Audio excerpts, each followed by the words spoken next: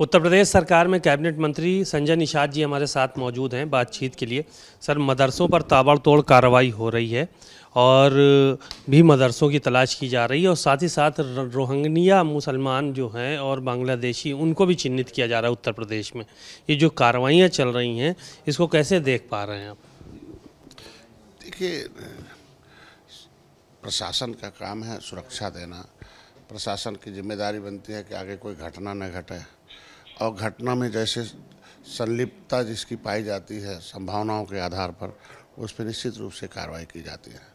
तो अभी तक जैसा देखा गया कि ढेर सारे आतंकी गतिविधि ऐसे अवैध जहाँ से कोई रजिस्टर्ड नहीं है या कोई मतलब भारत सरकार के या राज्य सरकार के कानून के मुताबिक वो संस्थान नहीं चल रहे हों, तो चूँकि कोई भी आदमी जब संस्थान चलाता है, रजिस्टर्ड होता है, तो एफिडेविट देता है कि हम इसी उद्देश्य के प्रति अपने संस्थान को चलाते हैं।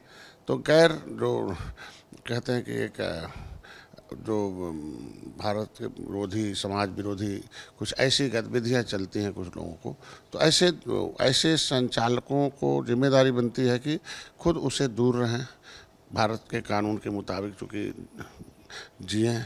उनको कोई दिक्कत होती है तो जनप्रतिनिधियों से सहायता लेना, रजिस्ट्रेशन कराने में कोई कोई उसमें कानूनी अड़चन बनती है। तो जब ज़्यादातर मदरसे रजिस्टर्ड हैं, जब उनको मदरसे का मतलब होता है कि हम उनको भी चाहे वो धर्म के बहाने उन्होंने धार्मिक आधार पर हम उन्हें एक दिशा दें, शिक्षा की तरफ है, अच्छी कुरीतियाँ दूर करें। तो मदरसे का तो काम यही है ना कि आदमी जो है इंसानियत कायम करे, उन्हें शांति व्यवस्था कायम करें। लेकिन देखा गया कि ढेर सारे अवैध ऐसे जो संस्थान हैं जिसमें अवैध गतिविधियाँ चलती रहीं, तो हमको लगता है उसी आधार पर किया होगा और कोई विशेष बात नहीं है। ऐसे भी पहले भी सरकारें रही हैं। सपा के सरकार में जितने अम्बेडकरवादी संस्थान थे, देखो कैसे मूर्ति तोड़ी जाती थी, कैसे उनके साथ हटाया जाता था। ऐसा थोड़ी है, बहुत ऐसे हैं। अभी आप निषाद राज की मूर्ति लगा रहे थे लोग बहुत जगह, जहाँ नहीं रजिस्टर्ड है नहीं लगाने दे रहे शासन, क्या करोगे? तो ये नियम है कि एक कुछ लोग ऐसे हैं कि मूर्ति के बहाने और इस तरीके की राजनीति करते हैं। ये आप मानते हैं क्या कि मदरसों से आतंकवादी गतिविधियां संचालित हुई हैं या होती हैं? तो तमाम अखबार और आप ही टीवी चैनलों से पता चलता है ना कि जो पकड़े गए आतंकवादी उन्हें संरक्षण प्राप्त था, इस मदरसे में थे, वहाँ से तालीम दी जाती रही या उनको इस तरीके का वहाँ आश्रय मिलता रहा या उनको जो भी फंडिंग होती रही, चाहे किसी भी मामले में रहा हो। तो ऐसा तमाम आप ही लोग चैनलों और अखबारों के माध्यम से पता चलता है, और क्या कहा जा सकता है। रोहिंग्या और साथ ही साथ बांग्लादेशियों की भी पहचान की जा रही, हर ज़िले के ज़िलाधिकारियों को निर्देशित किया गया है उनको भी यूपी से बाहर किया जाए। देखो भाई, अंतर्राष्ट्रीय कानून है कि हर देश का नागरिक अपने देश में रहे। अगर किसी देश में रहता है तो उसके लिए दूतावास है, वहाँ से उसके सिस्टम रहने के लिए है। हम लोग बहुत देशों में गए हैं, तो ऐसा थोड़ी है कि हम लोग बिना कानून के था। तो नियम है कि कोई भी देश का आदमी, हर दुनिया में अब लोकतंत्र खत्म, राजतंत्र खत्म हो गया, लोकतंत्र आ गया, तो हर देश की संवैधानिक व्यवस्था और अंतर्राष्ट्रीय कानून भी बना है कि हर देश का नागरिक हर देश में जा सकता है। कुछ ही ऐसे देश हैं जहाँ प्रतिबंध नहीं जा सकते, लेकिन जब हम जा सकते हैं तो उस प्रक्रिया के तहत आ जाएँ, जैसे तरीके से हम वीज़ा लेके जाएँ, टूर वीज़ा है, चाहे बिजनेस वीज़ा है, स्टूडेंट वीज़ा, एजुकेशन वीज़ा, कैसे वीज़ा पर आप रहेंगे, तमाम तरह के वीज़ा होते हैं, धार्मिक वीज़ा होता है। तो किस तरह से आए हैं तो उस कानून के मुताबिक रहिए। अगर अवैध ढंग से रह रहे हैं तो निश्चित रूप से अवैध ढंग से रहेंगे, तो अवैध ढंग से रहेगा तो अवैध काम तो करेगा या अवैध गतिविधियों में शामिल रहेगा। आज आतंकवाद और धार्मिक कट्टरता को लेकर जगह जगह चर्चा हो रही है। सेना वहाँ पर, केंद्र सरकार भी कार्रवाई कर रही है, आतंकवादियों को चिन्हित किया जा रहा है और यूपी सरकार भी कई जगहों पर कार्रवाई कर रही। अब ऐसी सूरत में ये देश कैसे आगे बढ़ेगा अगर यहाँ पे धार्मिक कट्टरता होगी और आतंकवाद में लोग संलिप्त रहेंगे, तो इस देश का विकास कैसे होगा?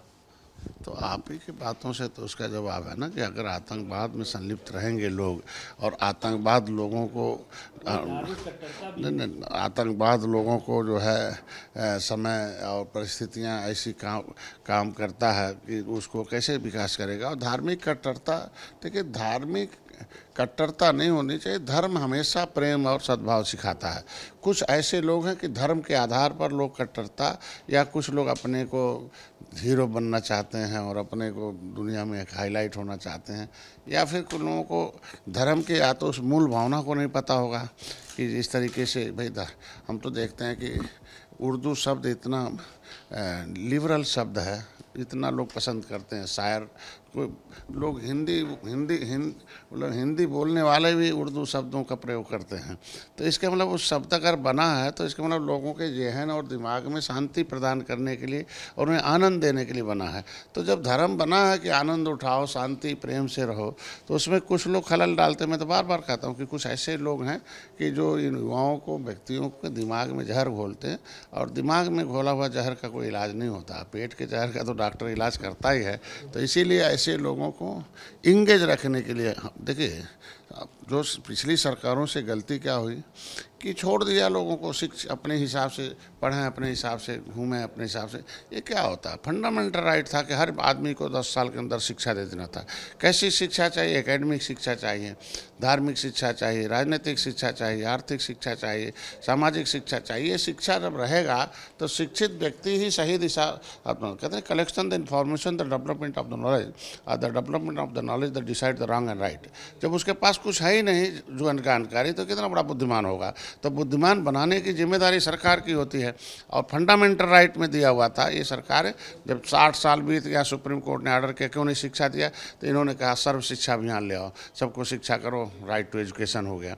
राइट टू एजुकेशन 60 साल बाद दे रही कांग्रेस, बताओ, सुप्रीम कोर्ट के ऑर्डर के बाद। और उसमें भी कह दिया इम्तहान नहीं होगा, अब इनको खिचड़ी खिलाओ, इनके बच्चों जिनके पास पैसा रहेगा पढ़ेंगे, नहीं तो सड़ेंगे। ये क्या होता है? बताइए कि एजुकेशन का मतलब थोड़ी होता है। हम कहते हैं नागरिक जब एक वोट बराबर है तो शिक्षा भी बराबर होना चाहिए, उसको चिकित्सा भी बराबर होना चाहिए, उसका जो है खाने की व्यवस्था बराबर होना चाहिए, कपड़े बराबर होने चाहिए, बस वो चाहिए। इसका मतलब थोड़ी है कि जिसके बाप ने देश को आज़ाद कराया, उजड़ा है, रोड पर पाइपलाइन में है, पॉलीथीन में है, गरीबी घूम रहा है, जिसको अंग्रेज़ों ने कानून बना के उजाड़ा है, जो देश के अंग्रेज़ों मुगलों से लड़े हैं, बर्बाद हुए हैं, उजड़े हैं। तो ऐसे लोगों के बच्चे आज भी ऐसे भीख मांगेंगे रोड पर। तो जब रोड पर रहेंगे तो कोई न कोई उन्हें पकड़ कर उनके मस्तिष्क में गलत करेगा। तो मैं चाहता हूँ कि सरकार को इस पर ध्यान देकर सर्वे कराकर ऐसे लोगों को शिक्षा की तरफ ज़बरदस्ती प्रेरित होने कानून बनना चाहिए कि एक अच्छी शिक्षा की व्यवस्था हो। जिसके पास पैसा न हो उसको भी बढ़िया से शिक्षा हो, जिसका पैसा हो पैसा लिया जाए सबसे, और शिक्षा बराबर दिया जाए, जिससे अच्छा माहौल बना। एक आखिरी सवाल ये था, आपके सहयोगी हैं, बड़े भाई हैं ओम प्रकाश राजभर, उन्होंने आज कहा कि नेता दो मुँहा सांप होता है, सारे का सारे नेता जितने वो दो मुँहा सांप हैं। तो क्या ये माना जाए कि आप भी दो मुँहा सांप हैं? अब किसी इन परिस्थितियों में भैया का जवाब भैया दे पाएंगे, लेकिन नेता का मतलब होता है जो, देखो ये सब भारत के संविधान में एक शब्द है जो है रिप्रेजेंटेशन, मतलब रिजर्वेशन। और रिजर्वेशन में लिखा है कि inadequate representation of the society the part of reserve in the system, कि जिस व्यवस्था में जिस समाज का रिप्रेजेंटेशन ना हो तो उसको उतना भाग रिजर्व कर दे। रिप्रेजेंटेशन के लिए उसमें डिफिनीशन दिया हुआ, जो प्रतिनिधित्व का जो रिप्रेजेंटेशन दिया हुआ, कि जिस समाज पर अत्याचार हो रहा, षड्यंत्र हो रहा, धोखेबाजी हो रहा, उसे पता न चला, उसे पता ही नहीं चल रहा, और जिसे पता चल जाए उसकी लड़ाई लड़े, उसे नेता का नेतृत्व करता कहते हैं। तो लड़ाई लड़ने वाले को तो परिस्थितियों से गुजरना। दो मुँहा सांप कहते हैं, आप कह रहे हैं तो करने वाले को अलग अलग उनकी डिक्शनरी में होगा, लेकिन समाज की डिक्शनरी में ही है कि जो हमारी लड़ाई लड़े, हमारे उस संविधान में अधिकार को दिलाए, नेतृत्व करे, उसे नेता कहते हैं, उसे लीडर कहते हैं। लीडर मतलब lifting the vision of society, जो समाज की सोच को लिफ्ट करा दे, उसका नाम है लीडर। अब अपने अपने लोगों, अपने भारत है स्वतंत्र, भारत के स्वतंत्र नागरिक अपने हिसाब से लोग डिफिनेशन करते रहते हैं, लेकिन सही माने में ये है कि लीड बाई एग्जाम्पल हैं, जो लोग जो है देखें, और lifting the vision of society, जो समाज की सोच को लिफ्ट करा दे। अम्बेडकर लीडर थे जो समाज की सोच, झोपड़ी से उनके खोपड़ी में झोपड़ी था, सीधे सत्ता में पहुंचा दिया है। हम कहते हैं कांशीराम विचारधारा को जो चेंज कर दे उसे लीडर कहते हैं। तो उनके विचारधारा से लोग गरीब हैं, कैसे अमीर हो जाएंगे। तो उनके अंदर इस तरीके का है कि उसकी सोच कैसे लिफ्ट कराई जा सके। तो यह लीडर का काम होता। भैया क्या कर रहे हैं वही जानेंगे आज के दिन में। लेकिन समाज में जो नेतृत्व करता है उसका एक स्थान है। भारत के संविधान में व्यवस्था दी गई है, उसे माननीय कहते हैं हम। और माननीय की व्यवस्था राज्यपाल और राष्ट्रपति द्वारा निर्धारित होती है और इसलिए उसके विशेषाधिकार प्राप्त है। तो लीडर की व्यवस्था है कि जिसे विशेषाधिकार प्राप्त हो उसे लीडर कहते हैं। और वो बहुत कम ही लोग हो पाते हैं जिन्हें चुने हुए प्रतिनिधि होते हैं। अगर विशेषाधिकार प्राप्त करके उसने आवाज़ नहीं लगाई सदन में तो लोग जनता उन्हें बाहर कर देती है, कहती नहीं मेरा नेता नहीं है। तो नेता वही है जो अनवरत लड़ाई लड़े और जब तक उसका संघर्ष पूरा न हो जाए तब तक लड़ाई लड़ता रहे, जनता उसका साथ देगी और माननीय बनकर काम करता रहे। शुक्रिया बहुत बहुत। आपने संजय निषाद जी को सुना, तमाम बातें उन्होंने कही। कैमरामैन मेहदी हसन के साथ सीमा नकवी, भारत समाचार, लखनऊ।